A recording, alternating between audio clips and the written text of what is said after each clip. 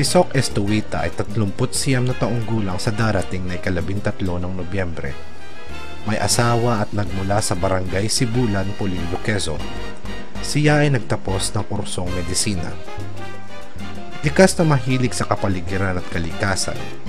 Kahit noong bata pa siya ay alam niya na ang kalikasan ay sadyang mayaman at patuloy na makakasuporta sa pangkabuhayan ng mamamayan hanggat ito ay maayos na inaalagaan. Noong siya ay naglakbay sa Amerika bilang intern, siya ay nakabisita sa isang fish farm sa Palm Springs, California. Namangha siya sa kanyang mga nakita at nagpasiya na sa pag-uwi niya sa Pilipinas ay kanya itong gagayahin. Nagsimula siya sa garahe lamang ng kanilang bahay gamit ang 1 meter by 3 meter by 3 meter na tarpaulin tank at nagpalaki ng red tilapia intensive method. Kasabay nito ay nagpagawa rin siya ng isang palaisdaan sa barangay Sibulan, Polillo para sa ulang grow out. Dumalo siya sa mga pagsasanay upang madagdagan ng kanyang kaalaman sa teknikal na aspeto.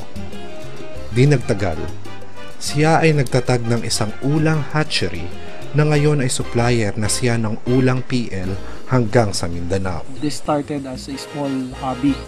Initially as a hatchery for ulang and tilapia. But we realized the potential and the economic potential and our entrepreneurship for entire Polillo. Itinatag niya ang Estuita Eco Farms. Katulong ang kanyang amang si Dr. Estuita.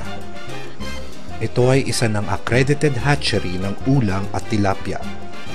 Patuloy ang paglago ng kanyang negosyong palaisdaan at ngayon ay nagsasagawa na rin ng grow out ng bangus na siyang nagsusupply sa mga lokal na nagtitinda at mga kooperatiba na nagproproseso ng deboned bangus.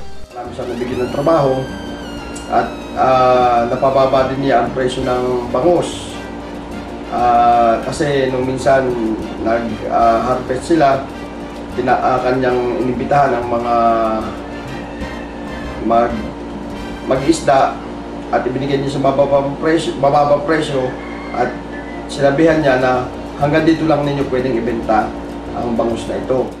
Kasabay rin ang kanyang pagpapalaisdaan at hatchery operation ay ang kampanya niya sa pagtatanim ng bakawan sa bayan ng Polillo.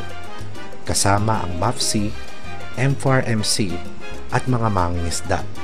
Sa maikli pa lamang niyang panahon sa aquaculture, nakita na niya na hindi lamang ang ambag ng kanyang proyekto sa produksyon ng isda, partikular sa isla ng Polillo, kundi ang malaking na itutulong nito sa mga nangangailangan ng ulang PL at tilapia fingerlings at mga kooperatiba na nagproproseso ng bangus at tilapia.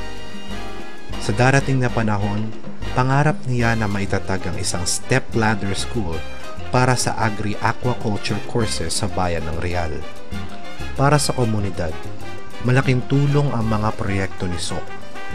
Ito ay nakapagdulot ng hanap buhay sa 18 katao na binubuo ng 6 na permanente at 12 arawan.